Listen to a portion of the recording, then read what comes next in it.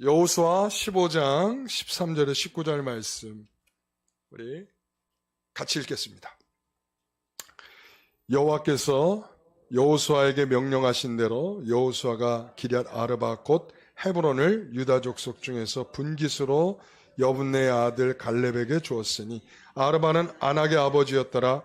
갈렙이 거기서 아낙의 소생 그 세 아들 곧 세세와 아이만과 달메를 쫓아내었고 거기서 올라가서 드빌 주민을 쳤는데 드빌의 본 이름은 기럇세벨이라. 갈렙이 말하기를 기럇세벨을 쳐서 그것을 점령하는 자에게는 내가 내 딸 악사를 아내로 주리라 하였더니 갈렙의 아우 그나스의 아들인 온니엘이 그것을 점령함으로 갈렙이 자기 딸 악사를 그에게 아내로 주었더라. 악사가 출가할 때에 그에게 청하여 자기 아버지에게 밭을 구하자 하고 나귀에게 내림에 갈렙이 그에게 묻되 내가 무엇을 원하느냐 하니 이르되 내게 복을 주소서 아버지께서 나를 네겝 땅으로 보내시오니 샘물도 내게 주소서 하매 갈렙이 윗샘과 아랫샘을 그에게 주었더라. 아멘. 오늘 말씀의 제목은 담대한 요청, 믿음의 도전이라고 하는 제목으로 자 가로에 있는 것도 한번 보여주세요. 제목 가로에 있는 거.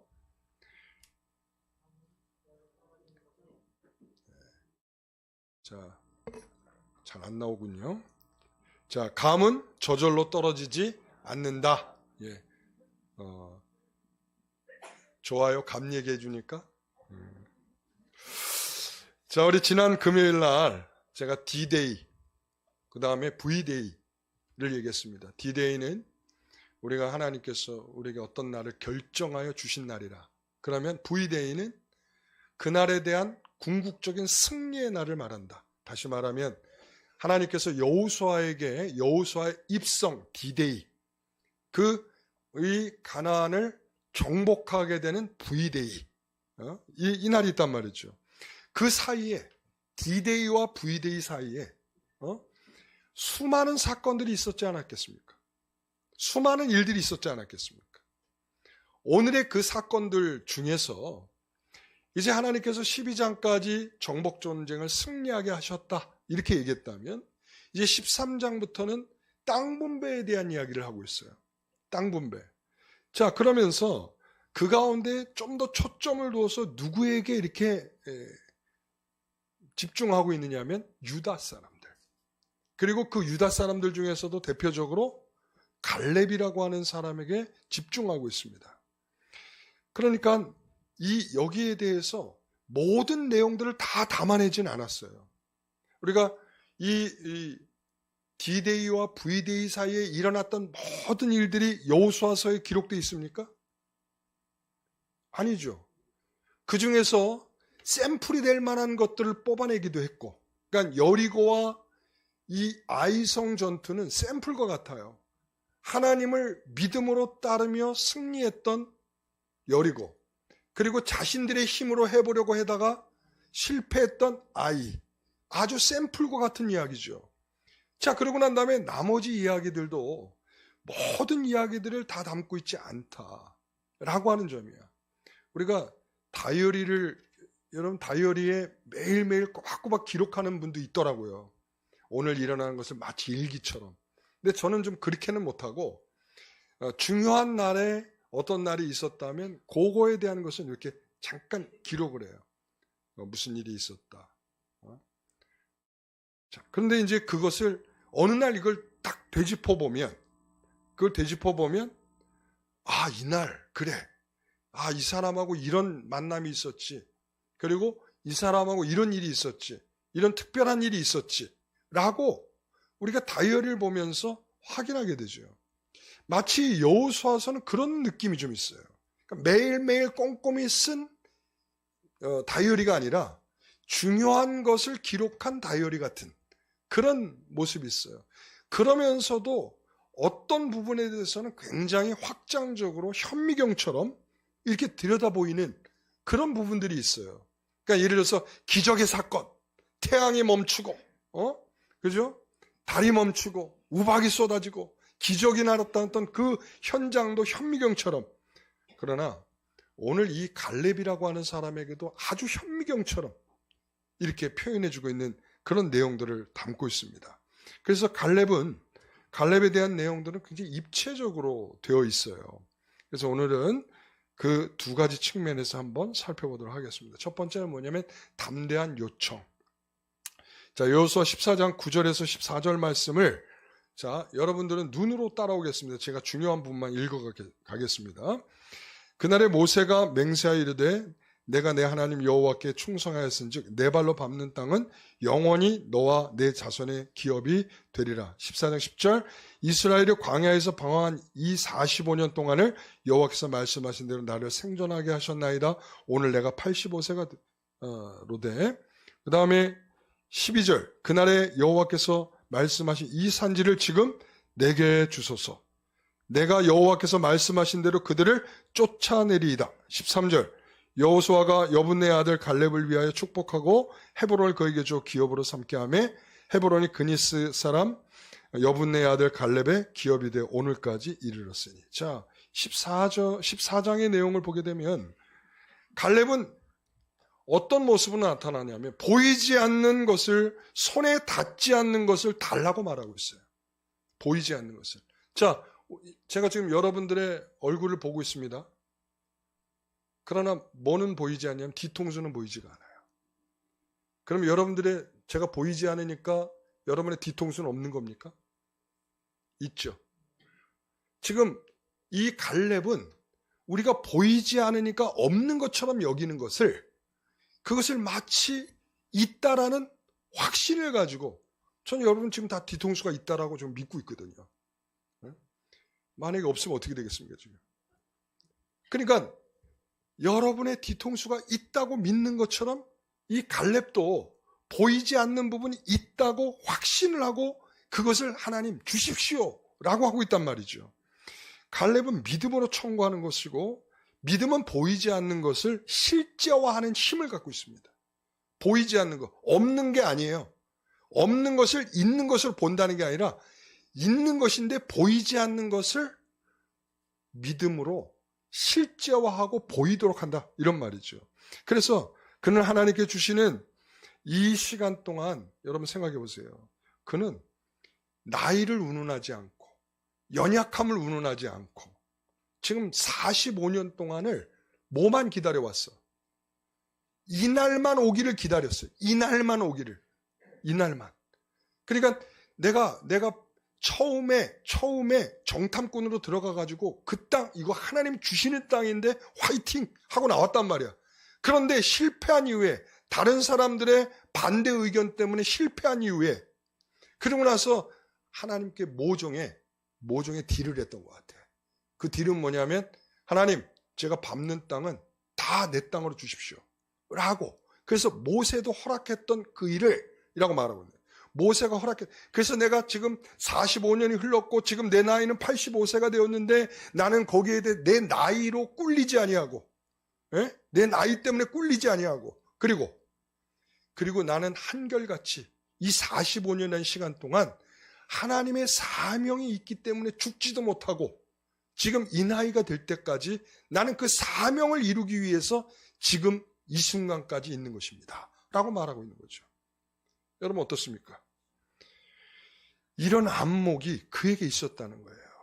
여러분, 그래서 갈렙은 믿음으로 그 사명을 감당하여 아낙 자손으로부터 승리를 거두게 됩니다.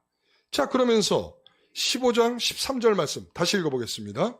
여호와께서 여호수아에게 명령하신 대로 여호수아가 기럇 아르바 곧 헤브론을 유다 자손 중에서 분깃으로 여분네 아들 갈렙에게 주었으니 아르바는 아낙의 자손이었더라. 아니, 14장이 끝난 거 아니에요? 14장이 끝난 거 아닙니까? 오늘날까지 갈렙이 소유한 땅으로 이렇게 설명을 하고 있는데 갑자기 15장에 또다시 설명을 하고 있어. 이게 뭔 얘기예요, 이게? 예? 여러분, 왜 성경은 이렇게 반복한 표현을 쓰고 있을까? 왜 그러죠? 강조할 때, 그죠? 강조할 때 반복하고 있어요. 그리고 첫 번에 이야기했던 것과 달리 또 다른 뭔가를 얘기하려고, 뭔가에 대한 특별한 더 내용들을 설명하려고 여기에 대해서 반복하고 있는 거죠. 저는 여기에서는 이런 내용이 덧붙인다고 생각합니다. 약속을 믿는 믿음과 그 믿음의 반응이 어떠했는지를 설명해 주고 있는 거예요. 또한 약속을 믿는 것은 하나님의 선물이죠. 그 믿음은 하나님의 선물이고 그 믿음으로 끝난 것이 아니라 그 믿음의 반응은 수고와 노력이다. 이겁니다. 그래서 갈렙은 이것을 통해서 무엇을 보여주려고 하는 것이냐면 과정에 대한 것이다. 그러니까 이 입체적인 것을 통해서 무엇을 더 설명해 주고 싶으냐? 과정이 어떠했는지를 설명해 주는 거예요. 과정. 여러분, 자, 제가 이제 이게 무슨 말인가 하면 우리는 값없이 은혜로 구원을 받았다고 할 때, 그죠? 그러니까 우리의 어떤 재료도 들어가지 않는다는 말이지 거기에 우리의 수고가 없다는 말을 하고 있는 것은 아니에요. 예를 들자면 여기서는 우리의 태도가 두 가지로 나타나는데 값싼 구원과 정말 값비싼 구원으로 여기는 두 가지의 태도가 있어요. 값싼 구원을 받았다라고 생각하는 것은 모든 과정이 다 생략돼. 과정이 없어. 나는 믿었으니까 구원 끝 이거야. 아니 그 가운데 분명히 과정이 있어야 되는데 과정이 없어. 여러분 이 값비싼 구원은 그리스도께서 우리를 위해서 뭐 하신 거예요? 엄청난 대가를 치르셨죠. 근데 성경은 이렇게 간단하게 얘기하고 있지 않아요. 이 아담과 하와가 타락한 이후에 그들에게 벌어진 이 죄악을 해결하기 위해서 내가 아들을 보내실 것을 창세기부터 말씀하시기 시작을 해가지고 계속적으로 구약의 성막을 통해서 그리고 또한 여러 가지 사건들을 통해서 이 그리스도께서 오실 것을 쫙 설명해 주시고 그 다음에 너희를 위해서 대속하여 죽으실 것을 설명하시고 난 다음에 그분이 오셨고 그분이 죽으셨고 그 죽으심을 통해서 부활하셨고 그리고 부활하신 이후에 성도들에게 오늘날까지 들려지도록 계속적으로 누군가는 복음을 전하고 이것을 우리가 듣고 우리는 그것을 믿었단 말이죠. 이런 무한한 과정들을 생각하지 않은 채 나는 믿었어 구원 땡 이것은 아니란 말이죠. 과정이 있단 말이에요. 과정이요. 과정. 그 과정을 그려주는 거예요. 이 반복을 통해서 가나안 땅을 어떻게 정복을 했는지 갈렙이 어떻게 정복을 했는지를 과정을 그려주고 있어요. 여러분 갈렙은 담대한 요구를 하고 있단 말이야. 그 이면에 얼마나 힘든 과정들이 있었는가라는 거예요. 여러분 나이가 85세예요. 우리 고 권사님이나 조민자 권사님 연세야. 자 나는 나이는 숫자에 불과해. 어때요? 숫자에 불과해요? 사실이에요? 아니죠. 몸이 약해졌어요. 85세만큼 약해져 있을 수밖에 없어.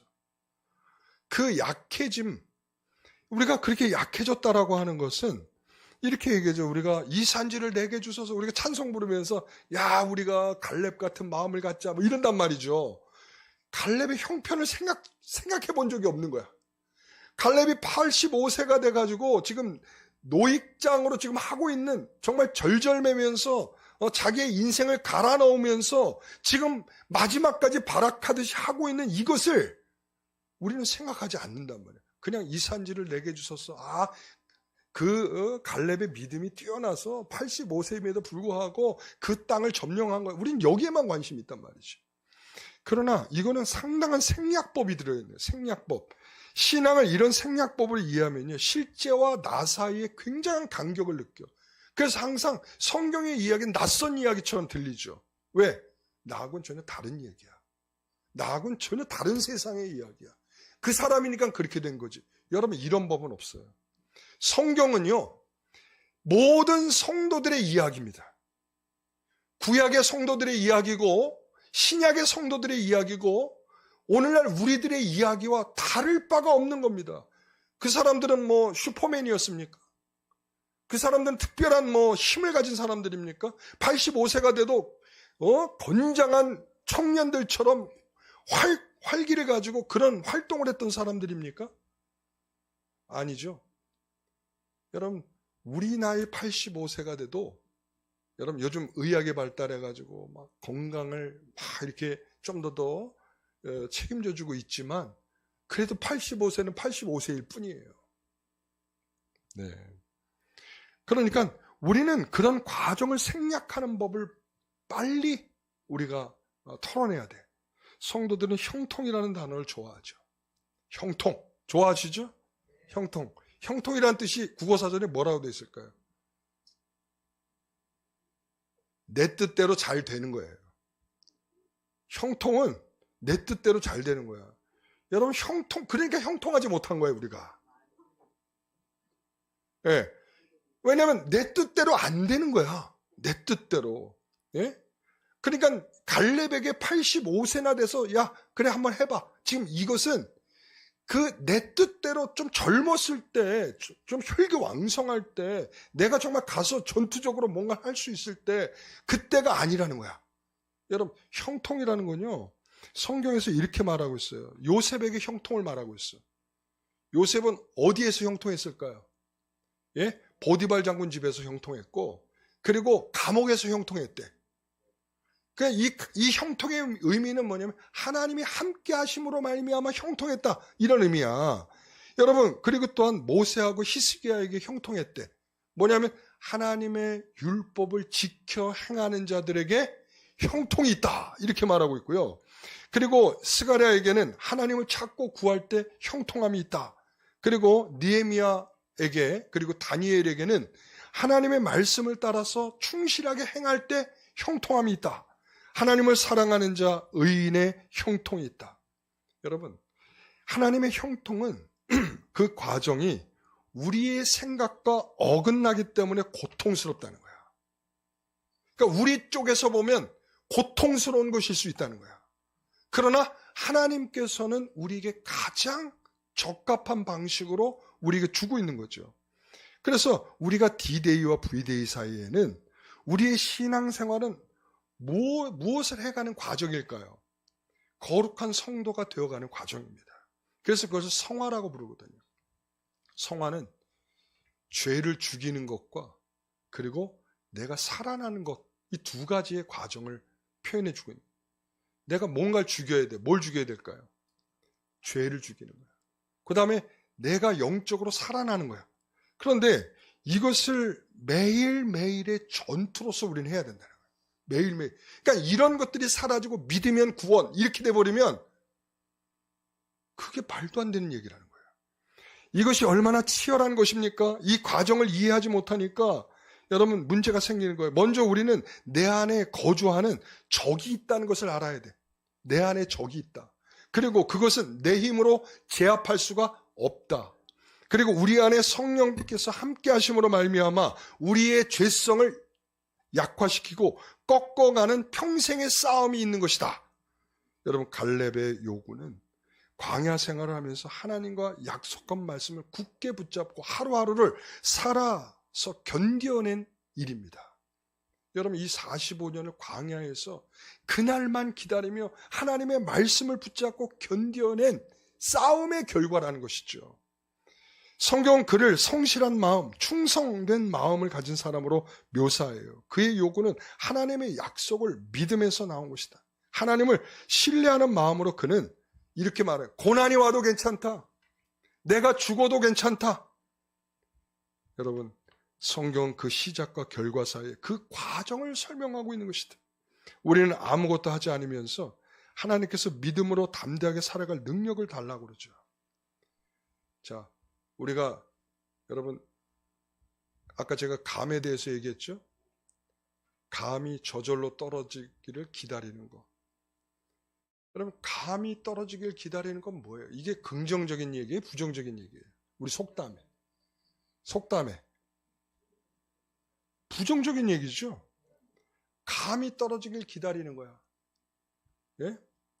여러분, 감이 어떨 때 떨어지겠어요? 다 녹을 정도가 돼야 꼭지가 떨어지면서 떨어지는 거야. 그건 맛이 없어. 그러면 떨어져도. 가장 좋은 건 뭐예요? 지난주에 어떤 성도가 그러더라고. 감을 따왔대. 그래서 감을 따서 감나무 올라가서 이거 따면 큰일 나는데 막 가지를 다 꺾어갖고 온 거야. 그래가지고 나는 뭐만 걱정돼. 왜 여기 감나무에 올라갔느냐. 이 감나무는 금방 부러지는데 난 그 걱정만 계속 하고 있는데 중요한 얘기를 빼놨더라고. 사다리를 타고 올라갔어요. 그러더라고. 사다리. 내가 그 사다리만 얘기했더라면 내가 그 걱정 안 했을 텐데. 그죠? 그러니까 그 주인이 자기가 딸만큼 다 따가고, 딸만큼 다 따가 이제 더 이상 못 따니까 따시오. 그런 모양이죠. 그러니까 사다리를 놓고서 그 감을 딴 거야. 예? 이 감이 저절로 떨어지길 기다리는 것은 뭘 상징을 하는 게 나태와, 예? 이 게으름을 상징을 하는 거예요. 게으름을. 여러분, 우리가 믿습니다 하고 나서 우리가 그런 형태라면 하나님 믿음으로 담대하게 살아갈 능력을 주십시오. 그리고 아무것도 안 해. 예? 그 능력이 마술처럼 오나요? 하늘로부터 내게 주입하듯이 쫙 주입해 주시나요? 예?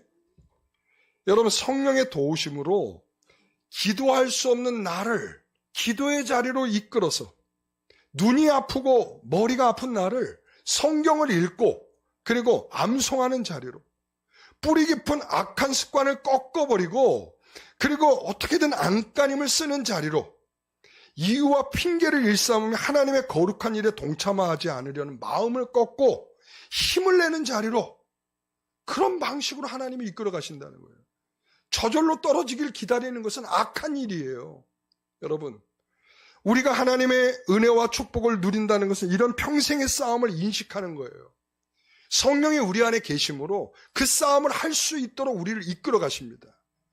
디데이와 V데이 사이에는 우리가 숨겨져 있는, 그려주지 않는 수많은 이야기들이 들어있어요.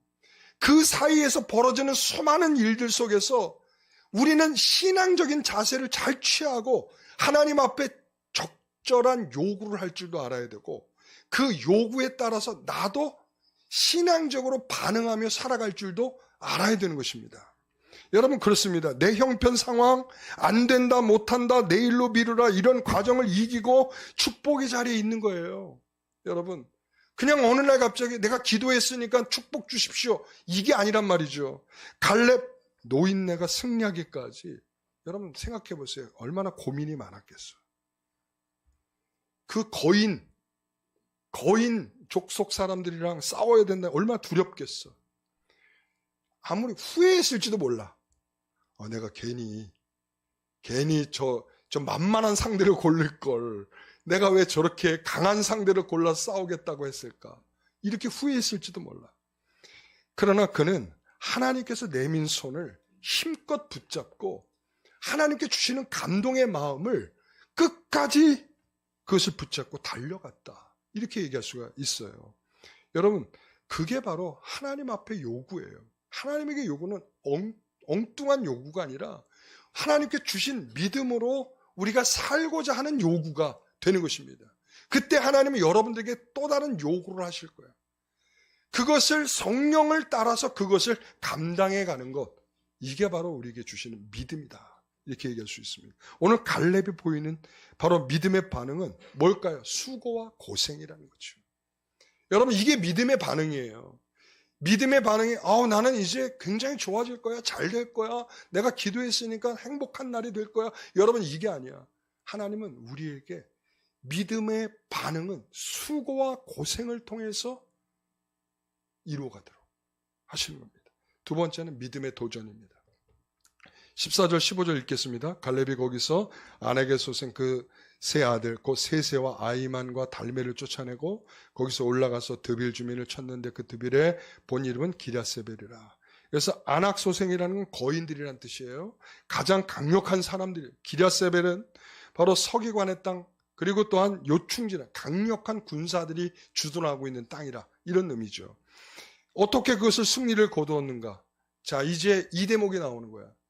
여기서 이 갈렙이 꾀를 냈어요. 자기는 85세인데 자기가 들어가서 어떻게 싸우겠다는 거야. 그것도 만만한 어린아이 같은 상대가 아니라 자기가 도리어 어린애고 어른과 같은 상대랑 싸워야 되는데, 예? 자, 그럴 때, 자, 16절, 17절 같이 읽어봅니다.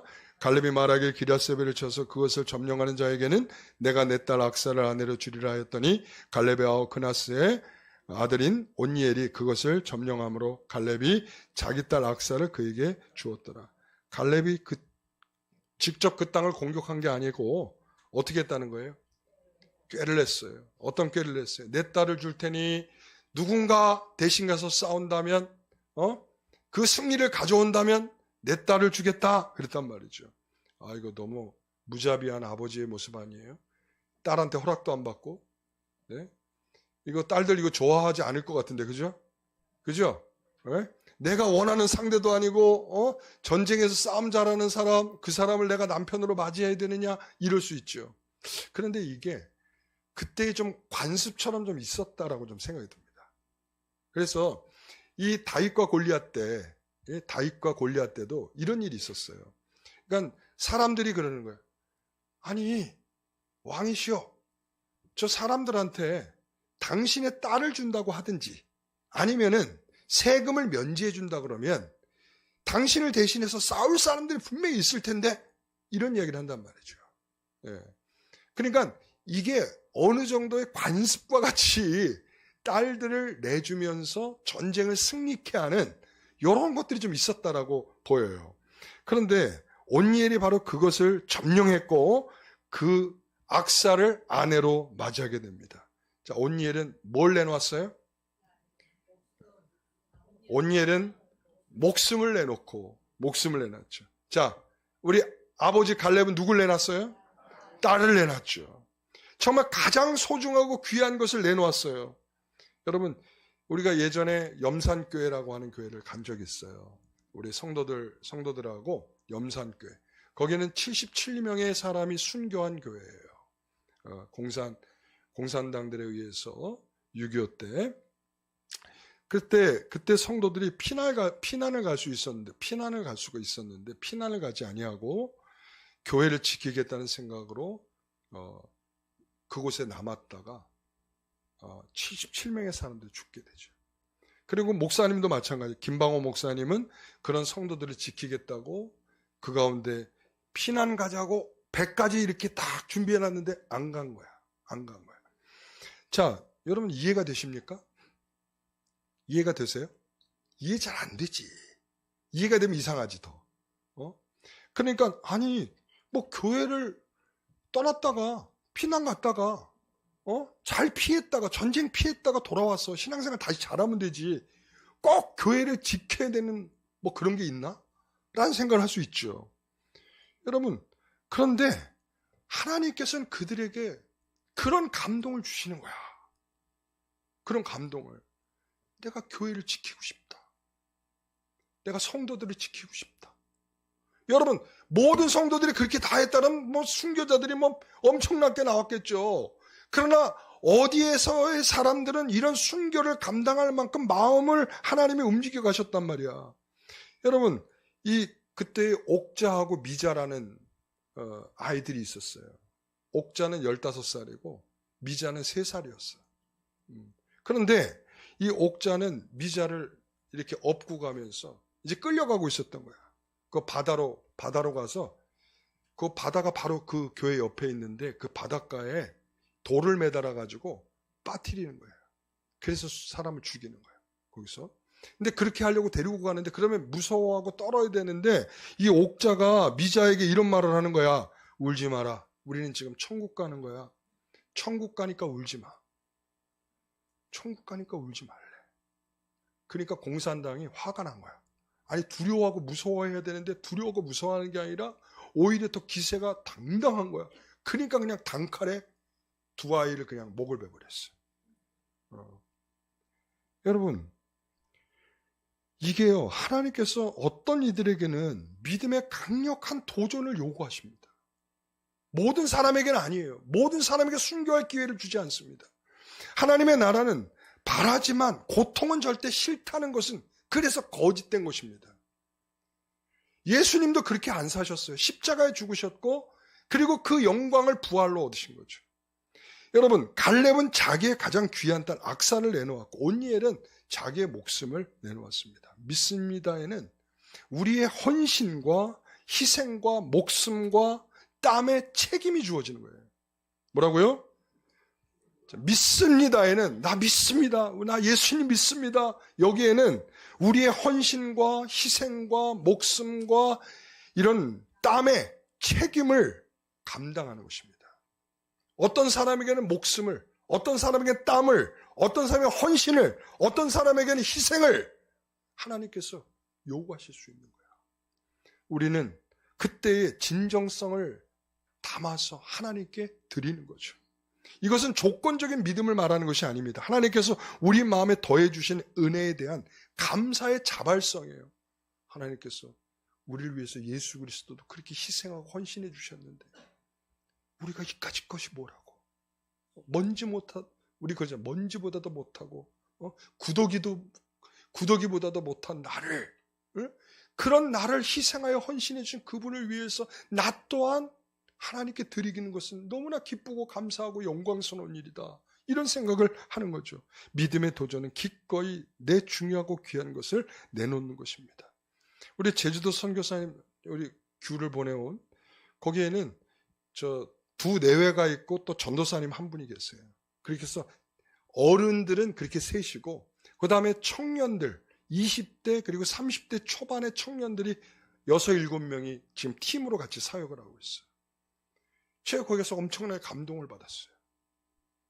그래서 목사님 기도 좀 해주고 가세요 그랬는데 기도하러 잡혀 들어갔다가 마지막으로 이제는 하도 2박 3일 동안 하도 이 얘기를 해가지고 이제 얘기 끝나고 잠깐 관광 좀 하고 비행기 타고 돌아오려고 잠깐 이제 그러고 나왔는데 아침에 이제 9시에 나왔어요. 9시에 나와가지고 이제 그 앞에서 잠깐 한 30분 동안 얘기하다가 그러고 나서는 목사님 잠깐 기도 좀 해주고 가라는 거야. 그래서 들어갔어요. 들어갔다가 2시간 동안 기도하고 나왔잖아. 오전 다 나간 거야 또. 비행기 시간은 다 정해져 있는데. 예. 그런데요, 제가 그때 너무나 감동을 받았어요. 이 젊은이들을 요즘 자신의 미래만 꿈꾸잖아. 내 미래가 어떻게 될 것인지, 스펙을 쌓는다, 한다, 어쩐다. 그런데 얘네들은 바보 같은 애들 같아. 미래도 없는 애들 같아.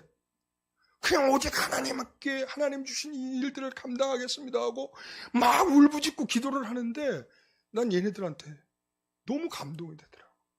그러니까 하나님께서는 모든 청년들에게 주는 마음은 아니에요, 그게. 그렇죠? 그러면서 그 선교사들이 뭐라고 얘기하냐면 그 아이들을 교육하면서 이렇게 얘기를 한대. 야, 니네들은 옛날 같으면 중간도 못 가는 애들이야. 니네들 지금 시대를 잘 타고 나갔으니까 지금 대단하게 너희들 믿음이 좋아 보이고 대단하다 이렇게 얘기하지만 옛날엔 너희들 중간도 못 갔던 애들이야. 근데 내가 봐도 중간은 넘을 것 같긴 한데 근데 그 아이들이요 그렇게 저녁마다 부르짖고 기도한대. 저녁마다 2시간, 3시간을 교회에 가서 부르짖고 기도를 한대. 그리고 하루 종일 아침이면 눈 뜨면 말씀 배우고 그리고 나가서 또 전도하고 기도하고 하루 종일 그러고 사는 거야. 여러분, 이게 하나님의 특별함 속에 있는 거죠. 여러분, 누군가에게 하나님은 그런 요구를 해서 믿음으로 도전하도록 만드실 때 아멘, 저 그렇게 하겠습니다. 우리가 믿습니다에는 제가 아까 뭐가 있다고 그랬어요? 우리의 희생과 헌신과 그리고 땀과 그런 모든 책임들이 우리에게 있다는 것에 대한 인식이 필요하다. 아시겠죠? 믿습니다 하고 나는 아무것도 안 해. 뒤돌아서고 이러는 것은 하나님이 절대 기뻐할 일이에요. 그 믿음도 진짜인지를 의심해 봐야 돼. 사실은. 여러분, 그러고 나서 자연스럽게 온니엘의 아내가 된 이 갈렙의 딸 악사로 이어집니다. 18절 19절 같이 읽어봅니다. 악사가 출가할 때 그에게 청하여 자기 아버지에게 밭을 구하자 하고 나귀에서 내림에 갈렙이 그에게 묻되 내가 무엇을 원하니 하니 이르되 내게 복을 주소서 아버지께서 나를 네겝 땅으로 보내시오니 샘물도 내게 주소서 하매 갈렙이 윗샘과 아랫샘을 그에게 주었더라. 하나님께서 참 이 여인을 지혜롭게 쓰시고 계시다. 이렇게 들어요. 여러분, 이 지혜로움은요 새로운 역사를 나타내요. 이 싸움은 누가 해서 이겼어요? 온니엘이죠. 그러나 가정을 지혜롭게 세우는 일은 누가 할까요? 악사, 아내의 역할이 크다는 거예요. 여러분 집안이 잘 안 돌아갔다? 누구의 책임이 클까요? 죄송합니다. 우리 아내의 역할이 좀 약하지 않았나? 아버지가 땅을 줄 것이고 아버지가 어떤 땅을 준다고 그래요? 좋은 땅입니까? 아니죠. 아까 우리가 봤죠. 사막과 같은 네게부 사막이야. 지금 그렇게 불려. 네게부 사막. 네게부라고 하는 것은 무슨 뜻이냐? 건조한, 마른 이런 뜻이야. 그러니까 건조하고 마른 땅을 네게부라고 해. 그런데 얼마나 그 남부 지역의 땅들이 온통 그렇게 그런 땅인지 네게부를 이제는 고유명사로 바뀌어버렸어. 지역을 가리키는 것으로. 지역을. 그 지역을. 그러니까 그 네게부 지역 이렇게 표현한단 말이죠. 그러니까 그 땅을 주실 것을 알고 이 여인은 무슨 꾀를 내냐면 아버지가 나에게 분명히 물을 거다. 너 필요한 거 없니? 그러면 저 노잣돈 좀 주세요. 이게 아니라 뭐라고 한다고요? 샘물을 주십시오. 윗샘과 아랫샘을 그래서 받잖아요. 저는 이게 얼마나 놀라운 구하는 것이고 믿음으로 구한 일인지 황무지를 얻었는데 물군원을 통하여서 황무지와 같은 땅을 메마른 땅을 사막과 같은 땅에 축복된 땅으로 바꾸는 놀라운 역사를 경험하게 되는 거죠. 여러분 황무지라고 무시하지 마세요. 오늘날 우리가 이렇게 얘기하죠. 도대체 믿음을 볼 수 있느냐?